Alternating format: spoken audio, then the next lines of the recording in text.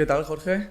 Bienvenido. Estamos en el episodio 17 y antes de que te presentaras me gustaría recalcar que hoy falta mi hermano. Básicamente que ha tenido una operación y le molesta la luz, no puede salir a cámara y me encantaría hablar este tema con él. Está aquí con nosotros detrás de cámara, pero bueno, si tiene alguna pregunta la dirá desde detrás de cámara y ya está. Dicho esto, me gustaría que te presentaras quién es Jorge Muñoz y de qué te conoce la gente.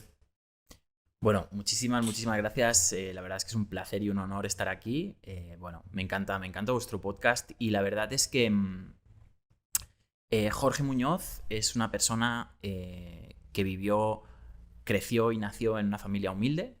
Soy un chico de barrio, una persona que, pues, como no sé, como muchas personas tal vez, he tenido problemas tuve problemas con la confianza cuando era pequeño, cuando era más joven, adicciones, una vida sin sentido, falta de objetivos, falta de metas.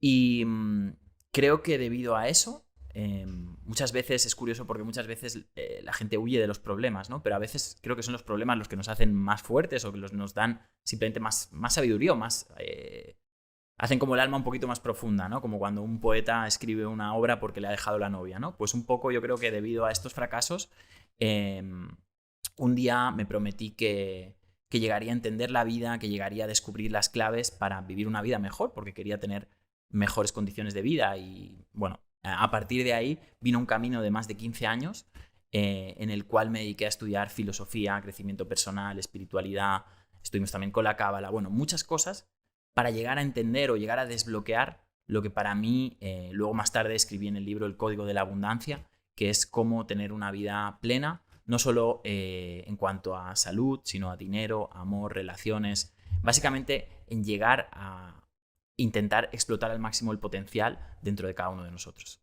Creo que podemos hablar de muchos temas y muy interesantes, pero me gustaría empezar que contaras qué fueron esos tipos de factores o consecuencias en tu vida que te hicieron cambiar, si las puedes contar. O sea, ¿qué es lo que te hizo realizar el cambio en sí? Claro, pues como te he dicho, ¿no? Yo nací en una familia humilde, clase pobre media, y a mí siempre me enseñaron cosas como que el dinero es malo, como que no hay que desear mucho porque te vas a frustrar, que hay que pensar en pequeño. Em, en definitiva,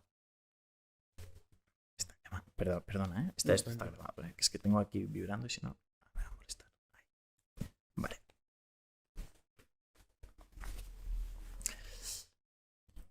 En definitiva, básicamente fui educado en una mentalidad de clase media. Y lo que ocurre es que eso provocó que, bueno, pues naciese sin autoestima o creciese sin autoestima, eh, y eso pues hacía que mis relaciones pues fuesen peores, tanto con mujeres, con amigos, el tema del dinero fatal, la educación financiera. Yo me encontraba, y creo que tal vez le pasa a muchas personas, que tenía un tope, ¿no? Y eran, pues, en este caso eran 1.500 euros y yo no era capaz de cobrar más de 1.500 euros. Era imposible. Hiciese lo que hiciese, si tenía más dinero siempre bajaba esa cantidad, ¿no? Era como que tenía un tope ahí mental. Y después, o sea, eso fue lo que empezó a hacerme preguntar, oye, creo que debe de existir algo mejor, debe de existir una mejor manera de entender la vida, porque también veía que había gente que tenía mejores resultados que yo. Y, y eso fue como un punto de cambio, ¿no? También el hecho de, pues bueno, ¿no? De vivir una vida un poco como la vida que nos venden hoy en día, ¿no? De trabajo durante toda la semana, tengo un trabajo y luego llego el fin de semana, me emborracho o salgo con mis amigos, me drogo, ¿no? Y, y así, repetido, entrar en un bucle, ¿no? En el círculo del ratón, ¿no? Y básicamente entendí que algo estaba haciendo mal y que algo no podía funcionar y que existía algo mejor. Y a partir de ahí empecé a obsesionarme con estudiar.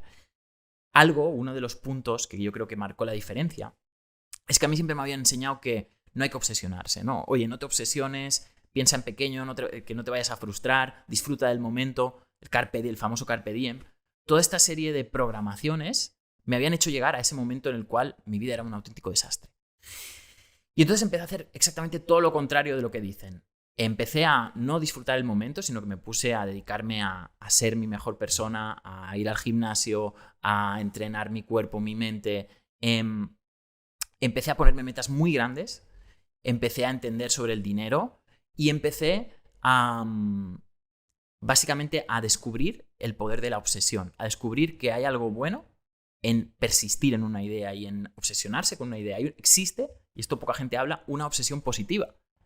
Y cuando conecté con esta obsesión, cuando conecté con esta pasión, cuando conecté con estas ganas, de repente empezaron a ocurrir cosas increíbles en mi vida. Y de repente la magia empezó a suceder. Pero solo sucedió cuando dejé de hacer lo que hace el 90% de personas.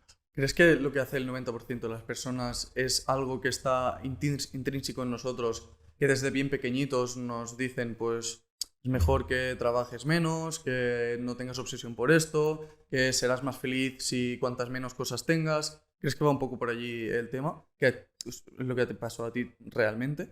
¿O puede ser algún tipo de recurso que tuviste que utilizar para hacer este tipo de cambio? Sí, o sea, es que hemos sido programados para el fracaso. Desde pequeñitos nos han educado... ¿Tú crees que realmente estamos programados para el fracaso? Totalmente, totalmente. ¿Porque así se vive mejor? ¿En el fracaso se vive mejor? No creo que tanto por eso, sino porque realmente el mundo sería difícil de sostener con un montón de emprendedores, un montón de personas como que quieren todos ganar, que quieren todos conseguir su pasión. Y realmente es mucho más fácil educar a personas pasivas, ¿no? Y esto es una programación que está creada desde los medios de comunicación, desde el modo de vida que tenemos, ¿no? Básicamente esto se debe a que las personas que mandan saben acerca de, por ejemplo, el poder de la dopamina, ¿no? El poder de, por ejemplo, de cómo mantener dormidas a las personas a base de darles mucha dopamina, ¿no? El móvil es mucha dopamina, las redes sociales entretenidos, ¿no? O sea, dejar a la gente entretenida.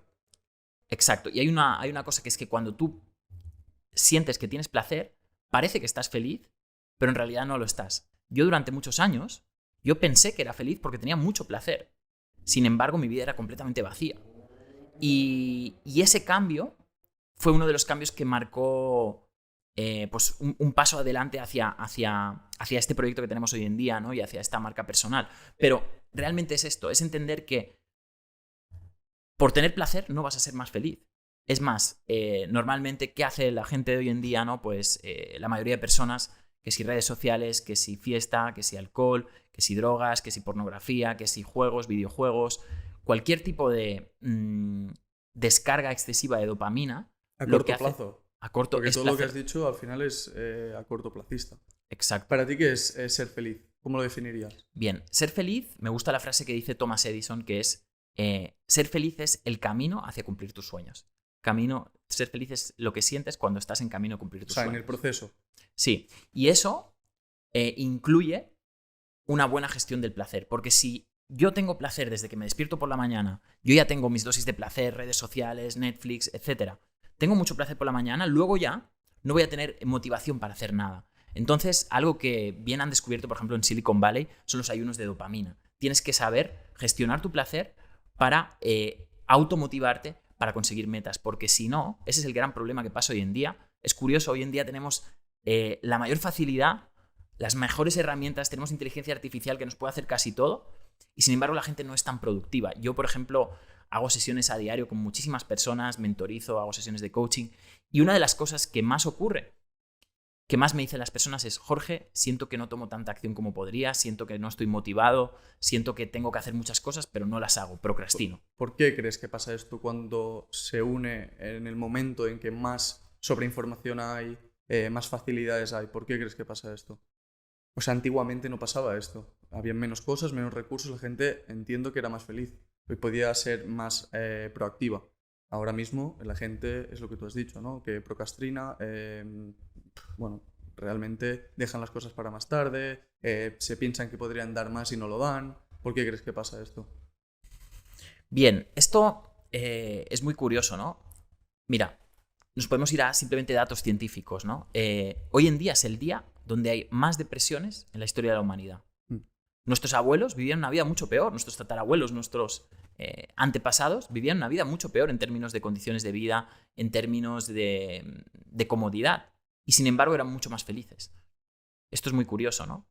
¿Crees en la regla esta de que momentos difíciles hacen hombres duros, hombres duros crean a generaciones más débiles que crean tiempos más débiles? Y así es un círculo sucesivamente. Totalmente. Mira, lo que ocurre es que nuestros abuelos no se podían permitir estar deprimidos. Hoy en día la depresión, o sea, una gran parte de lo que llamamos depresión, existe porque tenemos tiempo para pensar en que existe una depresión. Eso te voy a decir, ¿tú crees que existe realmente la depresión? O sea, ¿se podría catalogar como una patología médica o algo que se pueda curar?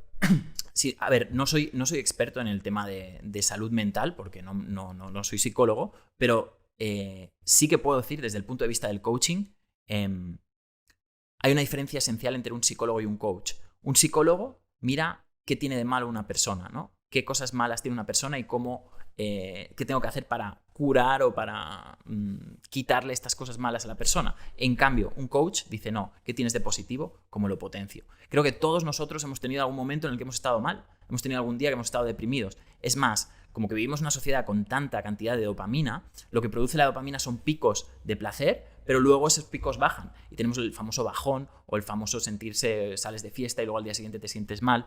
Entonces, vivimos en una sociedad con muchos altibajos emocionales. El problema es que muchas personas cuando tienen un altibajo emocional tienen tiempo para pararse a pensar. Hay personas que me dicen, Jorge, es que no sé qué pasa, llego a mi casa, me siento y me siento mal. Y yo siempre les digo lo mismo, digo, es que el problema tiempo. Es que no tendrías que estar en casa, es que tendrías que estar haciendo cosas. Nuestros abuelos no estaban en casa. Correcto. O sea, estás siempre ocupado para no tener la mente pensando en ese tipo de cosas. Hicieron un estudio científico en donde pusieron a personas de un manicomio, personas que tenían algún tipo de patología mental, que hoy en día en realidad las patologías mentales no deja de ser el hecho de que alguien no pueda estar trabajando, ya le llamamos una patología mental. De hecho, las patologías mentales nacen a partir de la revolución industrial. Antes no, en una tribu, en el Amazonas no existe un loco, un depresivo, no existe nada de eso. Pero cuando hicieron ese estudio y cogieron a personas de un manicomio y las pusieron a trabajar en un trabajo normal, en un restaurante, a trabajar en el día a día, descubrieron que el 80-90% de ellos mejoraron y muchos se curaron simplemente con darles tareas, objetivos, metas. Es curiosísimo eso. ¿Crees que eso va ligado con los objetivos que tenga una persona? Es Totalmente. decir, si una persona no tiene objetivos en la vida, ¿es mucho más probable que caiga en depresión o en este tipo de circunstancias? 100%. Uno de mis grandes mentores fue Napoleón Hill, del libro Piense y hágase rico, un libro que recomiendo a todo el mundo. Y bueno, Napoleón Hill y luego también la Cábala, por ejemplo, que he estudiado y muchas otras filosofías, hablan de que el deseo es el eje de la existencia. Tienes que tener un deseo, tienes que tener lo que se llama un futuro prometedor. Cuando tú tienes un futuro prometedor, todo cobra sentido. Imagínate que yo te digo, mira, no lo sé, el peor trabajo del mundo, no sé, ponte a lavar, no sé, a limpiar lavabos, no sé, de una estación pública, no lo sé. Pues si yo te digo que te voy a dar $1.000.000 y tú estás 2 meses trabajando, limpiando lavabos todo el día, pues seguramente lo harías y seguramente estarías feliz en el camino. Entonces, en realidad, es por la recompensa. Es la recompensa lo que le da un sentido a lo que hacemos. Y esto es algo que nuestros abuelos ya tenían. Sabían una recompensa, tenían algo claro. Oye, voy a trabajar tengo un proyecto, tengo un objetivo, aunque crear sea una para familia. dejarle algo a mis hijos o a mis nietos. Exacto. Esa era la recompensa antiguamente. Hoy en día a lo mejor puede ser que no haya tanta recompensa, por eso la gente no disfruta el proceso. Y también porque en realidad nos ha hecho bastante daño la espiritualidad. El concepto de espiritualidad que tenemos hoy en día aquí en Occidente, que viene muy de Oriente. El problema es que Oriente y Occidente son diferentes. Y muchas veces las personas, y ojo, a mí me encanta la meditación, me encanta el yoga, pero creo que muchas personas han interpretado una filosofía oriental en un mundo occidental. Y eso es un error tremendo. Yo estoy 100% contigo. O sea, creo, y lo veo a más en los últimos años bastante, que aparte del tabú que hay al hablar de la abundancia, de la espiritualidad, del deseo, cosas que la espiritualidad de Oriente, como tú dices, tapan e intentan llevarlo por otro camino. Y realmente es así, o sea, yo pienso como tú, o sea, tú puedes ser una persona espiritual, meditar, conectar contigo mismo, pero a la vez tener deseos y objetivos y querer tener dinero en la vida. Exacto, totalmente de acuerdo. Yo he estudiado durante más de 5 años el tema de la cábala. La cábala te explica precisamente eso, ¿no? ¿Qué es la cábala? Para gente que no lo sepa. La cábala es una doctrina que estudia el pueblo judío que básicamente se basa en los secretos de la Biblia, la parte secreta, la que no nos han contado de las escrituras bíblicas. Y una de las cosas que habla es muy extenso, pero te daré alguna pequeña lección que podemos sacar de allá, pero una de las cosas que explica es que el ser humano es un ser material. Nosotros nacemos en un mundo material y la materia es irrenunciable. Y en Oriente, básicamente es un tipo de filosofía que busca erradicar la materia. Busca, ¿qué hizo Buda? O sea, tú fíjate, analiza qué hizo Buda. Buda cogió, dejó a su mujer, dejó a sus hijos y se fue debajo de un árbol a meditar. Tú en Oriente eso lo podrías llegar a hacer, ¿no? Tú puedes decir, oye, mira, yo me quiero dedicar a contemplar. Y nadie te va a decir nada. Es más, igual la gente viene, te da comida, te va a ayudar. Hoy en día aquí en Barcelona o aquí en Madrid tú no puedes sentar, oye, voy a sentarme en la calle a meditar. Pero aunque estés en Barcelona o en Madrid, en mi opinión, creo que no tiene ningún tipo de sentido hacer ese tipo de gesto. Totalmente. O sea, no le veo el sentido. A lo mejor hace 1000 años puede ser, no lo sé. Pero actualmente en el mundo que vivimos, con todas las cosas que hay para disfrutar de ello, por muy espiritual que seas, no creo que sea el tipo de camino que debe seguir la gente espiritual. Claro, mira, es más, si tú eres religioso, tienes que entender algo. Si todo viene de Dios o todo viene del Big Bang, da igual si eres científico o eres religioso, todo viene del Big Bang, todo viene de un origen común. Por lo tanto, el dinero, la materia, también es una obra de Dios. Correcto. Entonces, en realidad, Te estás privando de una parte de la creación. Y en realidad, una de las cosas que ocurre es que, si tú lees la Biblia, ¿no? Dios hizo al hombre a su imagen y semejanza. Dios es un ser creador, hizo al hombre un ser creador. La función del hombre es crear. Y solo puedes crear si tienes un deseo, si tienes ganas, si tienes objetivos, si quieres crear una empresa, si quieres crear un proyecto. Y Oriente se ocupa, o la filosofía oriental dice no, de eliminar el deseo, ¿no? O, por ejemplo, meditar, ¿no? Tienes que eliminar todo pensamiento de tu mente. Mira, incluso los propios budistas han dicho que eso es imposible. Yo, para mí, y esto va a ser un poco polémico, pero para mí la meditación está sobrevalorada. Hay personas que conozco que me dicen, no, Jorge, yo medito 1 hora por la mañana, 1 hora por la noche. Yo no puedo meditar, tengo demasiadas cosas que hacer. Pero porque creo que es un mito el hecho de que existe el hecho de poner la mente en blanco. No existe. Nunca jamás vas a poder pensar en nada, nunca jamás vas a poder erradicar el deseo. Y eso lo único que te produce es como un estado de insatisfacción contigo mismo y como un autobloqueo de tu propio potencial. Porque yo he conocido muchas personas, budistas o que siguen una filosofía oriental, y no se quieren poner metas, no se quieren poner sueños. Es más, intentan erradicar los sueños del otro, ¿no? Dicen, no, esto no, porque esto no es espiritual.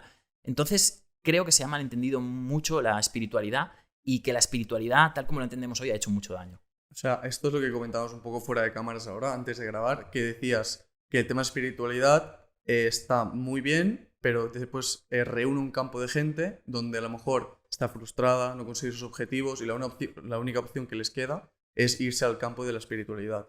Entonces, Totalmente. allí, como no hay nada, solo estás meditando todo el día y ese tipo de cosas lo ven como mucho más, por así decirlo de alguna manera, que les atrae más el tema de la espiritualidad. Pero al final no es el camino. Al final el camino de encontrarte a ti mismo, a lo mejor lo encuentras más en el centro de Madrid o en el centro de Barcelona, con muchos más estímulos y conociéndote mucho más, que a lo mejor meditando debajo de un árbol, en la montaña, donde sea. Totalmente, 100%. ¿Sabes? Es que es un poco lo que te cuento, ¿no? La historia de Buda es una persona que abandonó todo, que dejó a su familia, dejó a su mujer. Para mí no es un ejemplo. ¿Y por qué tiene tanto nombre Buda? ¿Por qué crees? No lo sé, pero la verdad es que tiene muy buena fama y realmente todo lo que estamos diciendo es bastante impopular, porque realmente tiene muy buena fama el mundo de la respiración, de la meditación, el mundo del budismo.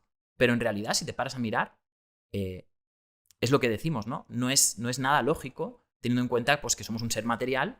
¿Cómo voy a dejar la materia si soy un ser material? ¿Cómo voy a dejar el deseo si realmente es como funciona? Mira, hay que volver a la biología. El ser humano viene del mundo animal y nosotros hemos estado 200.000 años en la naturaleza.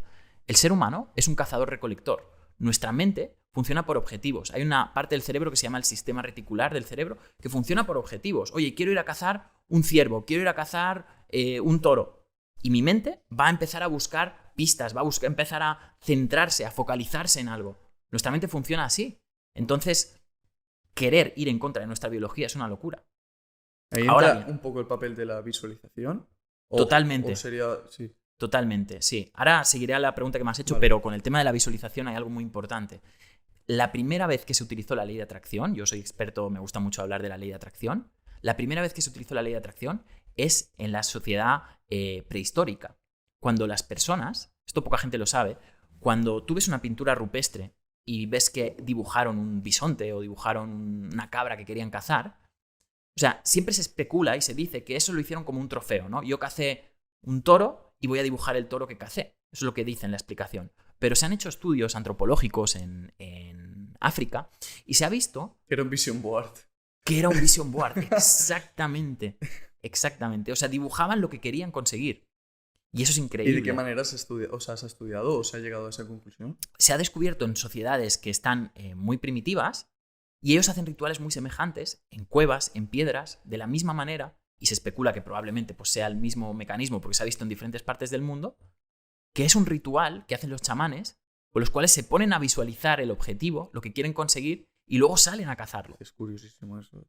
Y esa es la primera vez que se utilizó la ley de atracción. La ley de atracción siempre ha estado con nosotros. Es como funciona nuestro cerebro. Nuestro cerebro funciona por presas, por metas, por objetivos.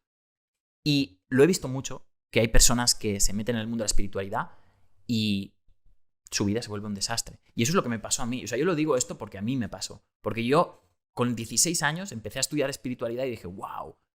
Me dijeron, tienes que eliminar el ego, tienes que quitarte de la materia, tienes que ponerte a meditar cada día. Yo hacía eso y mi vida era un auténtico desastre.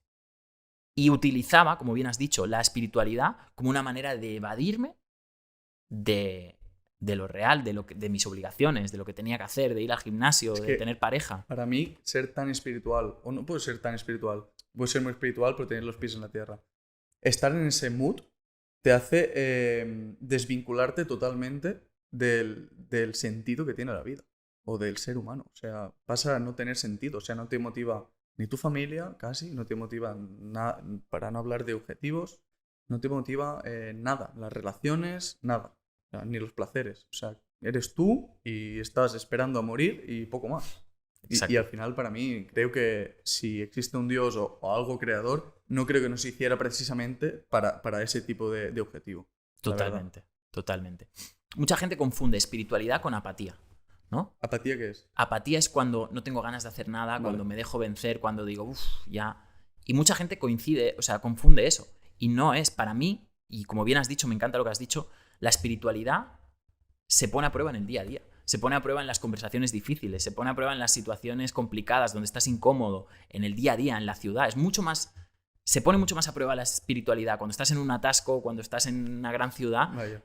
que no en un campo, viendo una puesta de sol, en un templo. Es muy fácil iluminarse. Mucha gente utiliza la espiritualidad como una excusa para evadirse de la realidad porque no quiere afrontar esas situaciones difíciles, esa Correcto. incomodidad. Nos hemos vuelto una sociedad muy débil y mucha gente se apoya en la espiritualidad para evitar estas situaciones tan incómodas. A mí me pones en un campo a rezar de por vida, de hoy hasta que me muera, y no sé qué haría, pero básicamente me matas. O sea, moriría en vida, por así decirlo.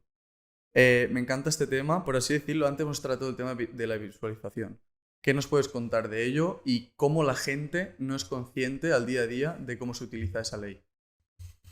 O Bien. la ley de la atracción, ¿no? Por así Sí. decirlo. Yo siempre digo que la ley de atracción siempre funciona. Lo que pasa es que 99% del tiempo está funcionando en lo que no queremos.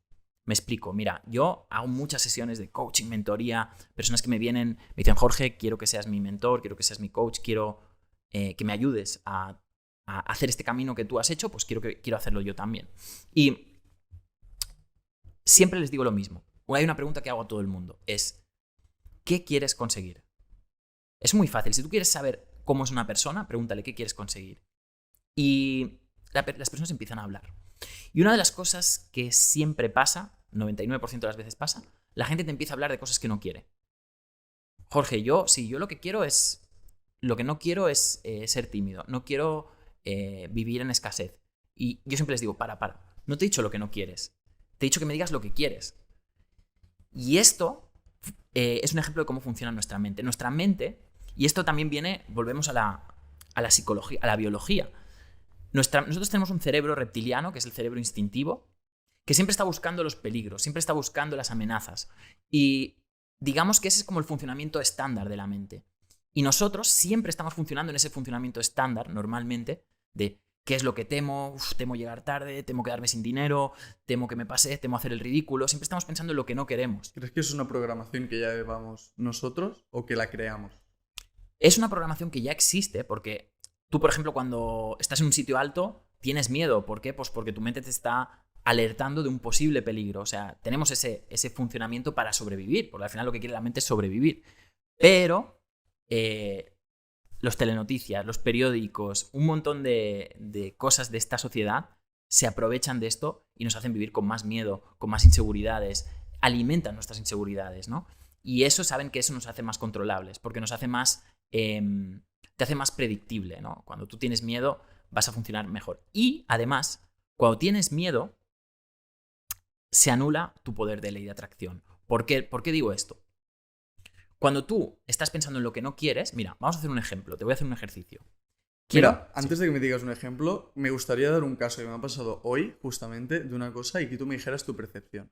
A ver qué es lo que ha pasado y qué crees que es lo que ha ocurrido en esta situación. Te comento, aquí nosotros tenemos un grupo de pizzerías, ¿no? Pongo a la gente en situación. Tenemos varias motos para repartir y hace desde 3-4 semanas que me hace falta una moto. De acuerdo. Esta moto, yo tenía una moto que era de un colega, un amigo, que por culpa de un accidente se la tuvo que devolver. Entonces en mi empresa, si habían 8 o 9 motos, pues faltaba una. ¿Vale? Y hoy me he levantado, que es viernes, que es de los días que más trabajo hay, y he dicho, joder, tío, a ver si me podría decir el tío que ya no necesita la moto y me la devuelve. Cuando en principio se la iba a quedar, le estaba haciendo seguro y todo, ¿vale? Total, esto lo he pensado a las 9 de la mañana, cuando he llegado a una visita a un hotel que he ido a Barcelona. Cuando he vuelto y he mirado el móvil, el chico me había puesto, bro, ya no necesito la moto, ¿te interesa otra vez? Claro, yo lo tengo muy interiorizado porque creo en esto, creo en la ley y tal, pero realmente esto nos pasa al día a día y no nos somos conscientes. Y después justo he dicho, hostia, hoy viene Jorge Muñoz, vamos a hablar de esto, me ha pasado esto y me va como anillo al dedo porque necesito la moto. Y es una cosa que no me iba a devolver la moto a este chaval, se la iba a quedar y ya está. Y he dicho, hostia, ¿qué crees que ha pasado aquí? Yo he atraído ese pensamiento hacia él. Porque puede ser que yo haya intuido o haya tenido la intuición o la predisposición de que eso pase. Entonces, me gustaría saber tu opinión respecto a ello. Es un tema súper complejo y es muy, muy interesante. Hay dos cosas. La primera es que la mente es capaz de crear realidades. La mente es capaz de... nosotros tenemos... Decía un experto en ley de atracción, decía Neville Goddard, decía, el secreto está en el sentimiento. Cuando tú tienes un sentimiento, una sensación... de alguna manera esa sensación es magnética, ¿no? Y atrae.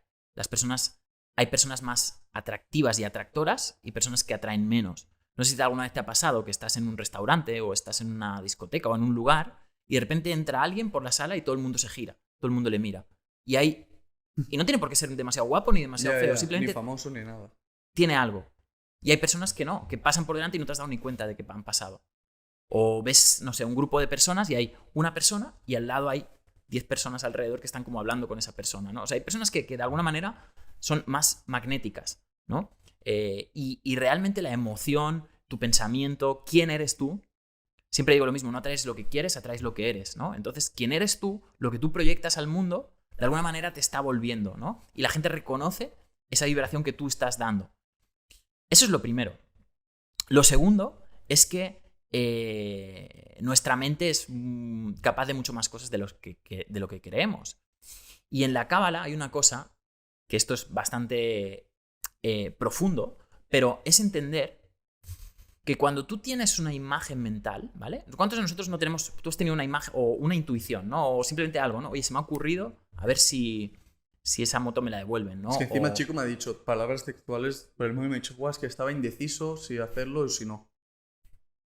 Porque se lo he dicho, le digo, bro, es que estaba pensando en que me la devolvieras. O sea, quería que me la devolvieras porque la necesito. Y él me ha dicho, guau, pues estaba pensando en sí o si no. Tal cual, me ha dicho esto.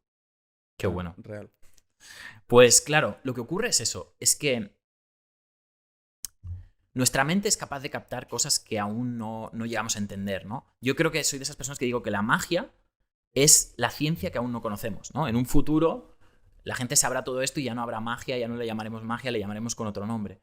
Pero creo que el ser humano es capaz de predecir incluso cosas. Y mira, una vez un mentor, un rabino, me dijo algo que me cambió la vida. Me dijo, cuando tú tienes una idea, tú has tenido esta mañana una idea, ¿no? O seguro que tú me vas a entender bien cuando te digo, por ejemplo, un proyecto, ¿no? Oye, se me acaba de ocurrir que tendría que montar un restaurante, que tendría que montar un proyecto, una empresa, y de repente se me ha encendido la bombilla, ¿no? ¿Cuántos de nosotros no hemos tenido esa iluminación? Este rabino me explicó y me dijo, es muy importante que cuando tengas una idea así, la guardes, la protejas, no se la expliques a personas que te vayan a decir que es imposible, que se vayan a reír de ti. Vigila muchísimo, muchísimo, muchísimo a quién cuentas esa historia o esa idea. Es más, si puedes, trabaja en silencio. No se lo digas a nadie y trabaja solo. ¿Y por qué? Y yo le pregunté, pero bueno, ¿y esto por qué?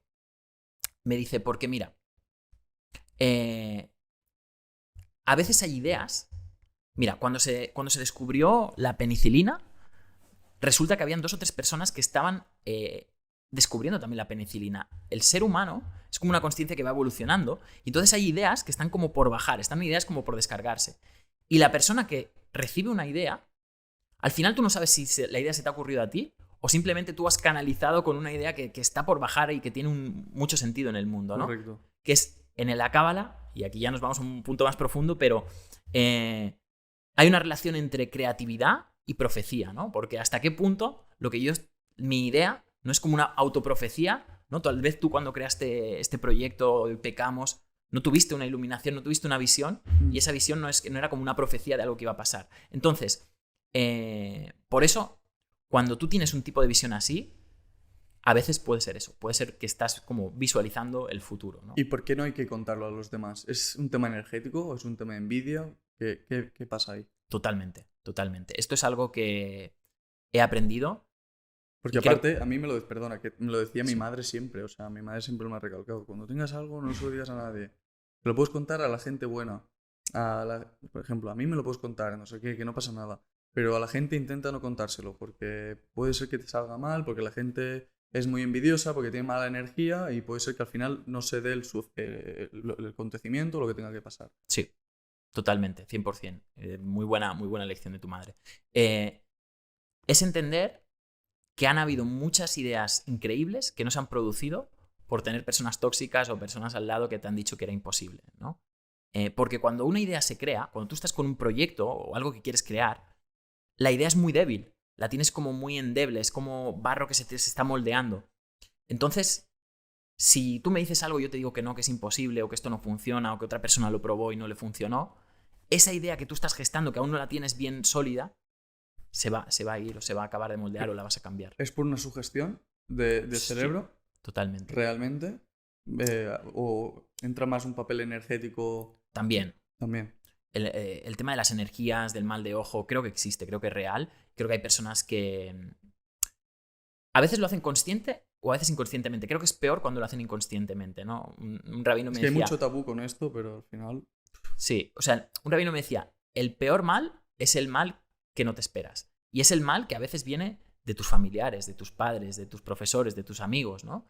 Esos comentarios, esas cosas que te pueden decir, que te pueden estar afectando, ¿no? Entonces, para mí hay un punto que es que cuando empiezas a desarrollarte espiritualmente y personalmente en el desarrollo personal, ha de haber un punto que has de dejar ir a personas. O tienes que hacerte más exclusivo. Y eso es un poco difícil. Y creo que eso es una de las cosas que más me costó en un principio. Tener que decir adiós a amigos, tener que decir adiós a... Y no es adiós, es un, bueno, hasta pronto, ya nos veremos. Pero realmente, si me hablas de cuál fue el cambio desde que yo estaba en un barrio, salía todos los fines de semana de fiesta, estaba apático, no tenía confianza, no tenía sueños, mi vida era un desastre en todos los aspectos, una de las primeras cosas que tuve que hacer es empezar a decir adiós a personas. Empezar a separarme de personas que no me estaban otorgando ni dando nada y básicamente empezar a cuidar mi energía y empezar a trabajar en silencio, empezar a trabajar en mis sueños en silencio. Y si me dices qué es la herramienta número 1 de transformación, de crecimiento, de expansión, es el hecho de tener metas, de tener sueños. Para ir acabando, me gustaría que dijeras cuál es tu libro y qué te llevó a escribirlo y que la gente pueda saber dónde comprarlo y todo esto. Bien. Mira, mi libro se llama El Código de la Abundancia y básicamente explica mi historia, ¿no? De cómo pasé de trabajar en una cocina a pues bueno, ser un autor bestseller con más de 10.000 libros vendidos, cómo pasamos a tener una marca personal con más de 500.000 de seguidores y cómo pues bueno, hemos conseguido, y esto no lo digo para decir, mira lo bueno que lo he conseguido, soy el mejor, no, sino porque simplemente lo que hacemos es explicar a las personas, primero, que todos tenemos un potencial, si yo lo he conseguido, cualquier persona lo puede conseguir, y que cuando empiezas a desbloquearte estos bloqueos internos y empiezas a entender un poco lo que hemos estado haciendo hoy, ¿no? Entender estas partes, darle su debida importancia. Cuando empiezas a entender y a desbloquearte, de repente empiezan a venir resultados. Y la abundancia es el proceso inevitable de un proceso espiritual, mental, de acción. Entonces, lo único que te explico en ese libro es cómo desbloquearte, cómo seguir un paso a paso guiado explicando mi camino. Y a partir de ahí, después de eso, han venido cursos, formaciones, mentorías, sesiones de coaching, y también ayudamos a personas a crear una marca personal potente en Internet y a ser coaches y mentores. Y hoy en día yo soy mentor de coaches y mentores. Tenemos una certificación con la que ayudamos a más de 80 personas a crearse su identidad como coach digital y poder ayudar a personas. Creo que hoy en día el mundo más que nunca lo necesita. Necesita de los coaches, necesita de los mentores, necesita de personas que ayuden, que apoyen. Y porque creo que las personas de más éxito del mundo, Cristiano Ronaldo, Donald Trump, Kofi Annan, Lady Di, todas las personas exitosas que conoces, Rafa Nadal, tienen coach y tienen mentores. Entonces creo que es como la nueva religión casi de este siglo XXI. Pues me encanta tu mensaje para acabar. Ha sido un placer hablar contigo. Me quedaría 3 horas más hablando. Y nada, nos vemos a la próxima y muchas gracias.